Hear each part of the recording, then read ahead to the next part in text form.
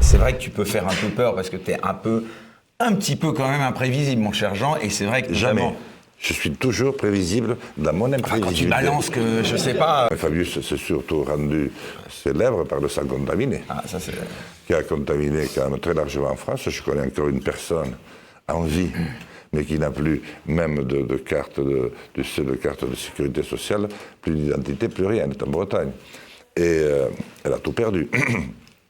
Et ce sang contaminé, on a même trouvé moyen de l'envoyer aux Africains au moment où ils découvraient le sida. Tu t'imagines le cadeau, hein? Et ça fait d'un homme, non pas un ancien Premier ministre jeune, ça fait un président du Conseil constitutionnel. C'est une honte absolue pour notre pays. Monsieur Fabius est une honte absolue pour notre pays tous les jours.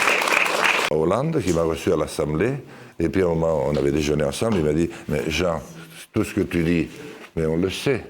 Mais qu'est-ce que tu veux qu'on y fasse ?» Alors j'ai forcé le trait. Donc du coup, il a dit, sortie numéro 1, c'est par le perron de l'Élysée, c'est quand il y a une grande personnalité, mais là, il n'y avait pas d'antenne, il n'y avait rien. Quand vous avez 80% des Français qui vivent sur 20% du territoire et qu'on vit comme des débiles mentaux dans des villes saturées où la seule solution maintenant, quand on a des folles dingues, parce qu'il faut dire les choses à un moment comme Hidalgo, qui...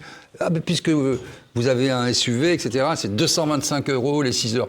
On pense qu'on va régler le problème de l'agriculture française, du bien vivre, du vivre ensemble comme ça. Non. Le président actuel du MEDEF, de la FNSEA, tant mieux pour lui. Je veux dire, c'est un agro-industriel à la tête d'une quinzaine de... Sans parler de son salaire, de grands... non, mais peu importe du salaire, mais en tout cas, il a plein de sociétés, des holdings, etc., qui sont dans l'agro-agriculture. Il faut le savoir, quand même. Oui. Et donc, il a tout un tas d'entreprises comme ça. Il a une énorme exploitation, je ne sais pas, de 700 hectares. Donc, lui, la souffrance du monde paysan, c'est pas son problème. Comme il y a un problème, comme le président du MEDEF, le petit plombier du coin, c'est l'emmerdeur, le petit plombier du coin. Voilà la vérité. Le aussi, souci, faut le dire, c'est pourquoi est-ce que Qui a signé l'accord sur l'augmentation du gazole non routier? C'était en octobre dernier.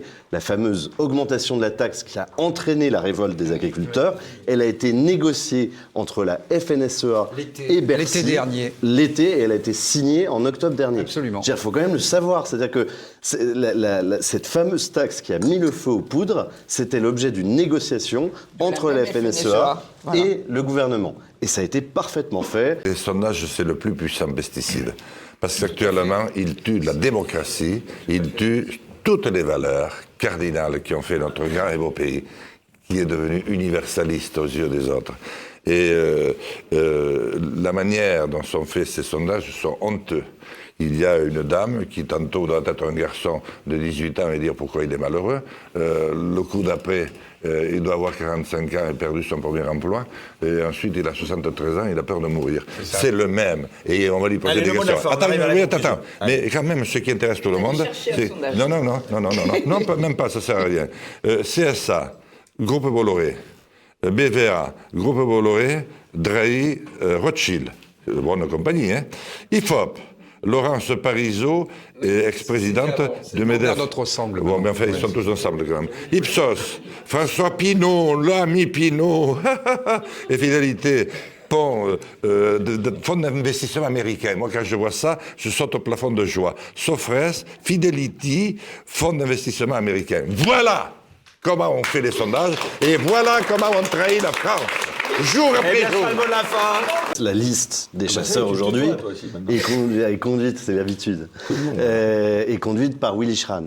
Willy Schran a appelé à voter Emmanuel Macron et sa liste a été lancée par un proche d'Emmanuel Macron, un très très proche d'Emmanuel Macron, Thierry Coste, qui s'est retiré d'ailleurs depuis de sa liste. Ils ont dû s'embrouiller un petit peu. Qu'est-ce qu'aujourd'hui Résistons peut avoir de commun avec une liste qui, par-dessous, est déjà acquise à tout ce que vous combattez depuis des années? Et Eric m'a demandé de ne pas faire de langue de bois et de dire avec qui j'étais en discussion si je ne pouvais pas y arriver tout seul.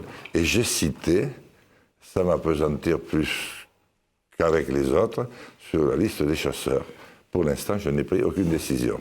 Les gens ne s'intéressent plus à la politique, notamment parce que la période Covid a montré aussi une forme de totalitarisme et de tyrannie. On l'a vu encore à l'Assemblée ces derniers jours avec la loi sur les dérives sectaires et le fait que le gouvernement... Article 4. Ouais. Voilà, n'en a strictement rien à faire. Où Dupont-Aignan a été admirable, au passage. Oui, il a fait partie des rares. On peut applaudir. Se canto che canto, canto pasperio, canto per ma mia, che au pres Deo. Alors, enfants de la patrie, comme quoi on peut les deux avoir des langues et des hymnes de Provence, de la Provence, de nos régions magnifiques, et avoir un hymne qui nous sublime tous, comme tu nous as sublimé, Éric. Ça n'est pas moi que j'applaudis, c'est Jean Lassalle.